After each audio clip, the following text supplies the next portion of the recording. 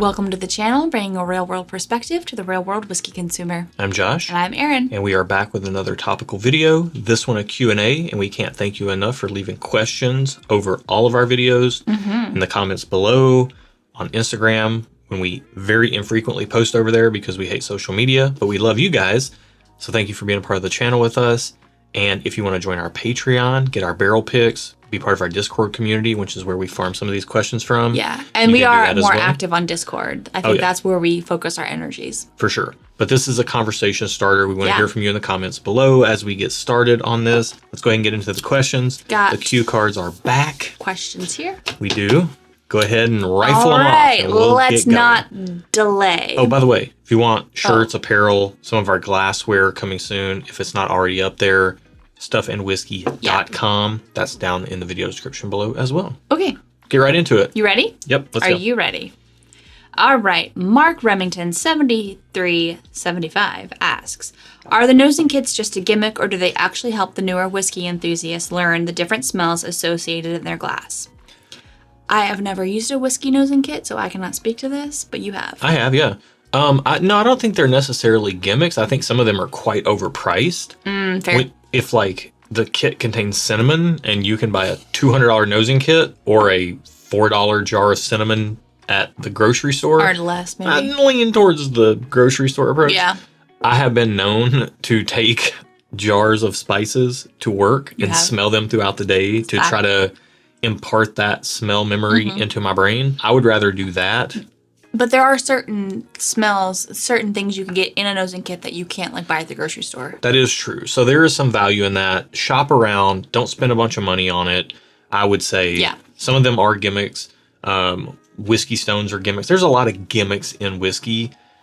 Ultimately, if you want to get better at smelling and tasting whiskey, I think a lot of that comes down to mindfulness and just being aware of the things you're eating, what they taste like, what they smell like. Like a lot of times before getting into whiskey, I would just eat food and be like, oh, this is good or bad. Like I like this or I don't. When you start being more mindful of what a apple or what a cherry or what a caramel chew, whatever, like those types of things. The qualities of those things. Like what they actually taste like, that can really unlock flavor notes for you. So, no, they're not a gimmick, but do your due diligence and don't overpay. Yeah, don't overpay. Yeah.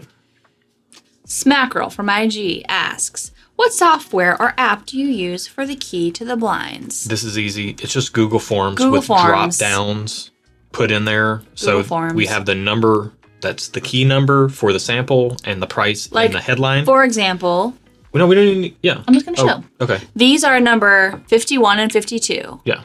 And then I will pick up my phone, open the Google form, and I'll see number 51 and 52, and it has a price. Yeah. 51 parentheses $50. Yeah. 52 parentheses $50. Correct. And then in order to see what it is, I hit the drop down arrow and it opens up like this is rare breed or whatever. Right.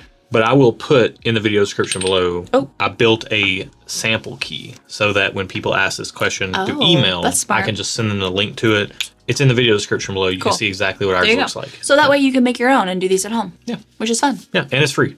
Can't be free. If it's for free, then it's for me. All right. Arbeck WA asks, do you ever change your blind rating after you find out what the bottle is? For instance, I like but don't love Calumet 15 and 16. If you gave those to me blind and then told me it was $130 to $150, I would probably be thumbs down or just okay. Yeah.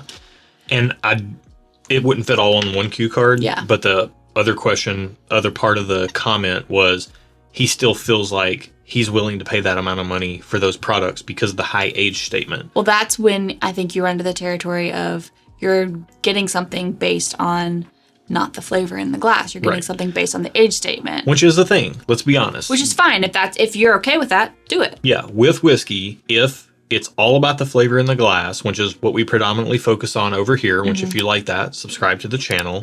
That's what we do through our blind tastings.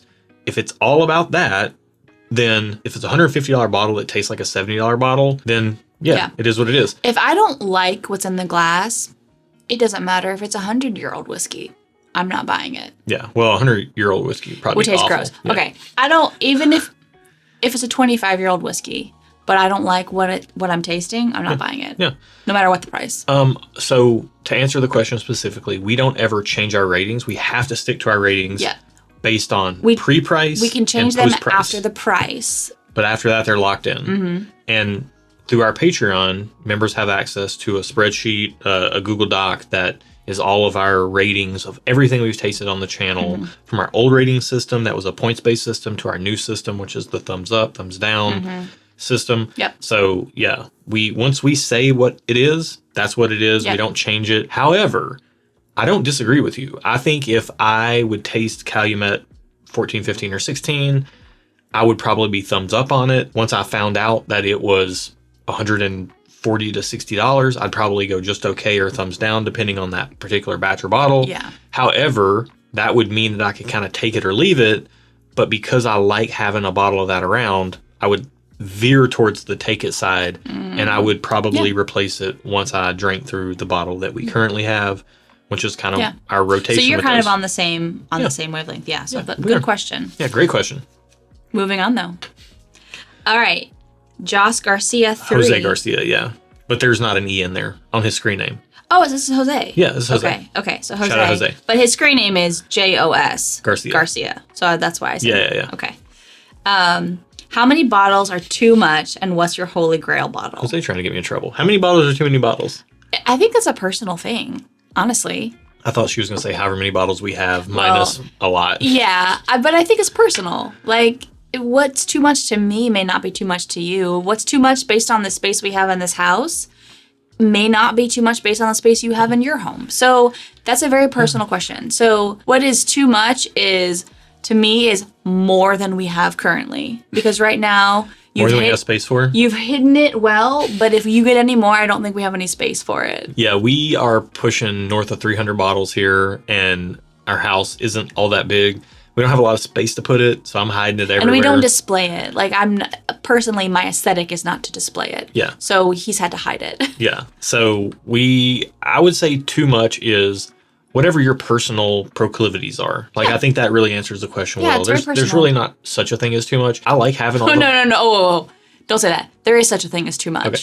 But that's a personal thing. I like having all the variety. I like being able to reach for this, that, or the other. Yeah. I think the problem is that when you get to where we are, 300 bottles or more, like, there's so much, you kind of get overwhelmed by decision fatigue. Yeah. And it's like, for sure. what do I want to have a pour tonight? Like, 100%. What am I reaching for? And you almost spend more time figuring out what you want to drink versus what you're actually enjoying. It's like Netflix. There's way too many options. Yeah, I'm just like, I don't even know. It's like we sit down at the end of the night to watch something and we're like, let's find something to watch. And then we spend half an hour trying to find something to watch, and then it's too late and we go to bed. Yeah. And we never watched anything. We just looked at things to watch. So to answer that part of the question, I think it's a personal thing based on you, your storage situation, your living situation, your budget. It's a very personal question. There's no such thing. What's your Holy Grail bottle? Wild Turkey Rare Breed Non-Chill Filtered. Okay. You just want more of those. I just want more of that. I have one bottle. Yeah. I want more. Yeah. I would say for me, I would love to own a King of Kentucky. Okay. I have picked... You always say this, and then it never goes well in blends. Actually, I will say two things. Booker's Rye. Booker's Rye would be up there for me. Okay. That would be a Grail bottle. Or the Coy Hill Small Batch. Oh, okay. That they released. It's like 155.1 proof. They released it at the distillery. That would be a Grail bottle for me. Okay. Those are both quite unique in the scope of whiskey. King of Kentucky does fall in there. However, I have picked other things over King of Kentucky in blind tastings. In multiple blind tastings. Right. But I've never tasted anything against Top Dog Bourbon's King of Kentucky. And that hit me like one of the best things I've ever had. Or I have tasted other things against that. And it won out in our last year's March, April, and May. We're digressing. Barrel Proof Blind Flight Night. Anyways, King of Kentucky, Coy Hill, and Booker's Rye. Okay. So what's your Holy Grail bottle? You have 3 answers. Yeah. Give me one answer. I have 3 Holy Grails. 1. Throw the card. Let's move on to the next question. You're extra. All right. R.L. Schroeder from IG. That math checks out. Asks, what would you tell your former self when you got into collecting? When you first got into collecting? What would you tell your former self? I don't collect whiskey. My husband does. I would say we have a selection of whiskey, not a collection of whiskey. Oh, because like semantics. Nothing we have is particularly collectible. True. And being a collector, it just sounds pretentious. But answer the question. Anyways, what would you tell your former self before you got into amassing all these bottles that we have? There's always another bottle. True. Most of the stuff that gets hyped up isn't all that special, which is what we prove day in and day out over here on Blind Tastings on the channel. If you like it, subscribe. That's what we do. Yep. There are some things that are very special to my palate. However, what's special to my palate may not be special to your palate. My Grail bottles might not be your Grail bottles. Yeah. You may hate 155.1 proof Coy Hill. To me, it tastes like one of the most amazing heavenly things on planet Earth. And you might think it tastes like pure fire and gasoline. Like, fair. You know, so I would say that when you see stuff that's hyped up out there, we should be wearing our Fight the FOMO shirts, which are available on stuffandwhiskey.com. Missed opportunity. Yeah. But I would just say fight the FOMO. Yeah.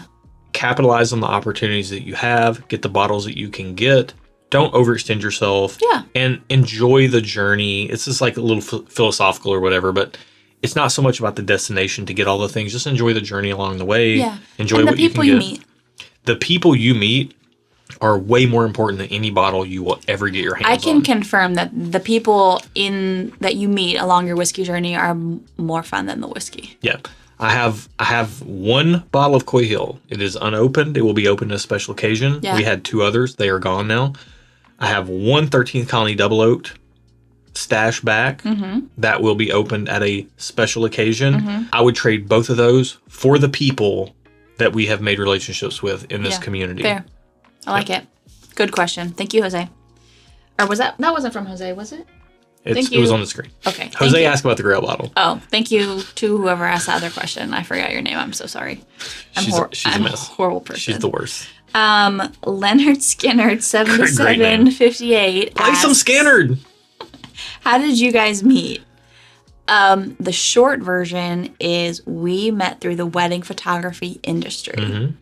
Yep, and then that's the short version. We reconnected years later. Yeah, so we met in a professional capacity. We met in a professional capacity years ago, like years and years and years ago. Yes, and then we reconnected because we had formed a connection through the wedding photography industry through social media, which we both are no longer really on. Yeah, and you started a knitting business. I did. A chunky knit blanket business. Yes, I did. And she had her side hustle because she's the most side hustling person. I'm a side hustle girl. And I have my side hustles. So she was doing that, and I gave her some support on that through following her account. Yep. And then she was just in my sphere. Then he slid into my DMs and asked me on a date, and the rest is history. Yep.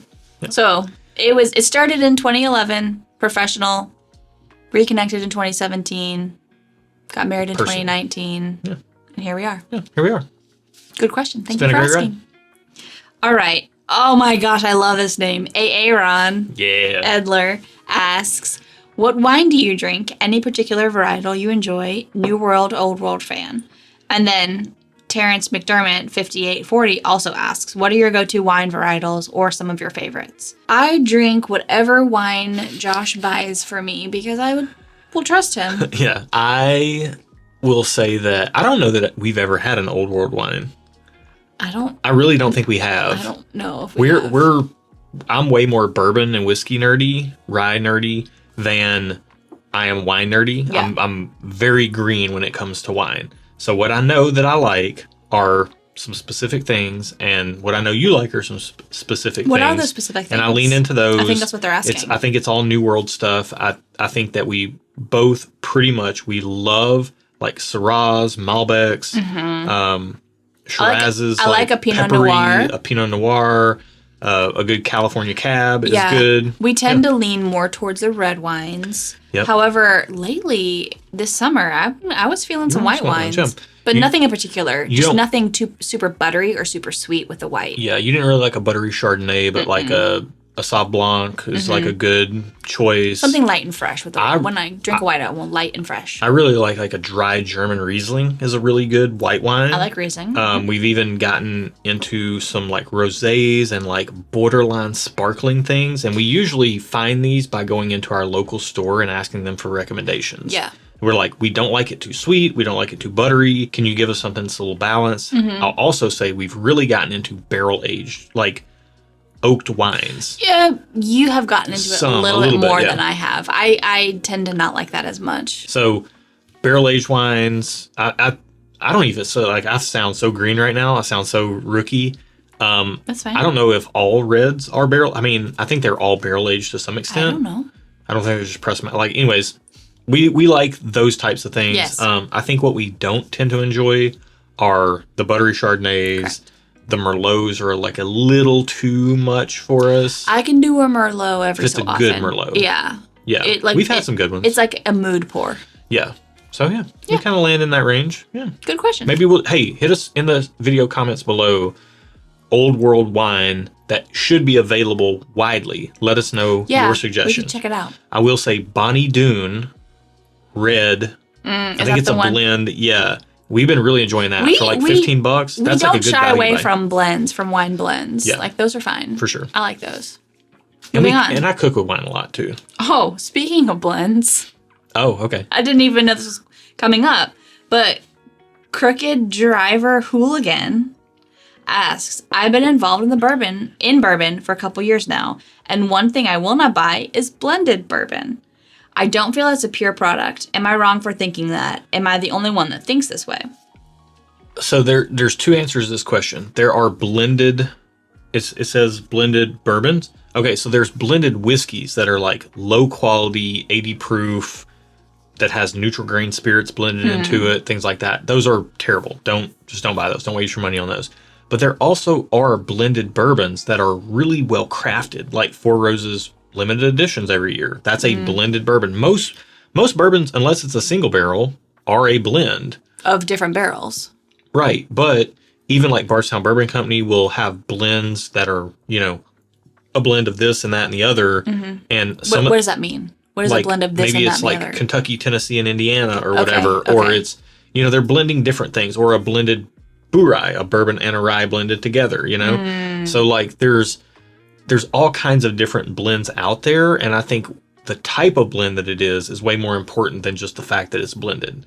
So I would go on reputation. If there's a place that has a reputation for doing really good blends and you can get your hands on one of those, I would. Joseph Magnus Cigar Blend comes to mind. I would 100% go for one of those. I wouldn't skip that, even though it is a high price tag. Those are very good products. Okay.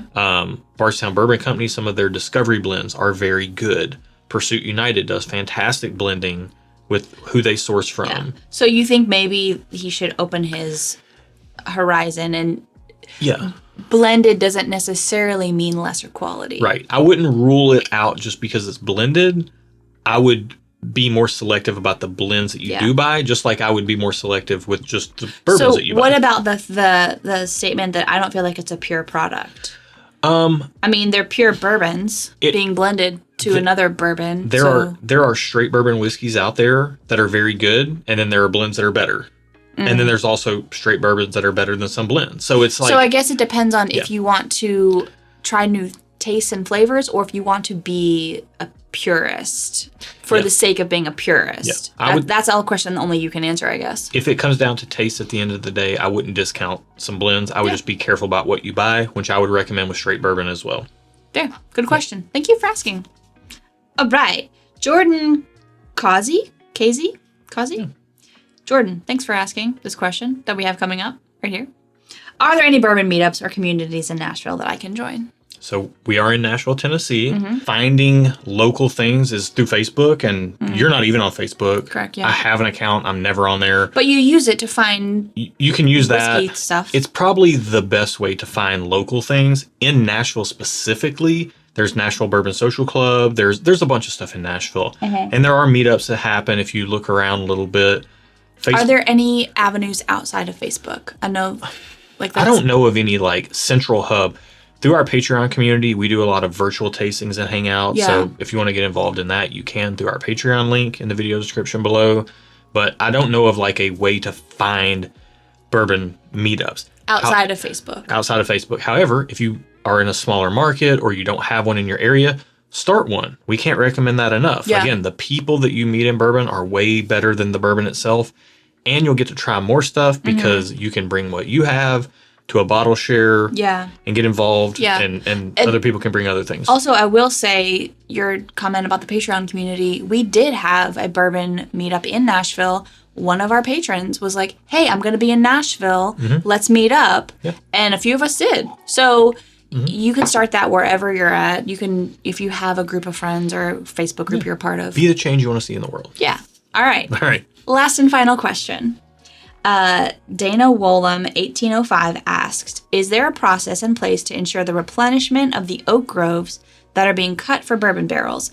If so, who is responsible for this process? And there was more to this question, and I think it was like High West says they plant a tree for every something or another, and what kind of tree it is and all that. Forrester also said something about that. Yeah, I think there is a lot of focus, especially with barrel shortages kind of looming on the horizon. There's a lot of focus on the conservation efforts of oak. I don't have the exact answers. I'm not a conservationist. Yeah, I was going to say, however, this might be above our pay grade. Yeah, a little above our pay grade.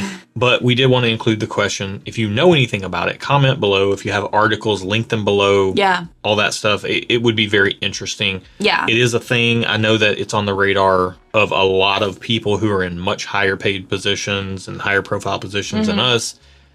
YouTube channel talking heads, it's a thing for sure. So I'm very interested in it as well. Yeah. I couldn't find a ton of information on it, but maybe I wasn't looking in the right places. Leave those comments below. Yeah. Comment on anything else below that you want to. Join our Patreon if you want to. Subscribe to the channel if you want to, or don't do any of that. Just enjoy the content. Or you can like the video if you want. Yeah. Or you don't have to. You don't have to. It's up to you. Thanks for being here either way. You do you. And that's it for today. Be good to each other. And until next time. Cheers. Cheers.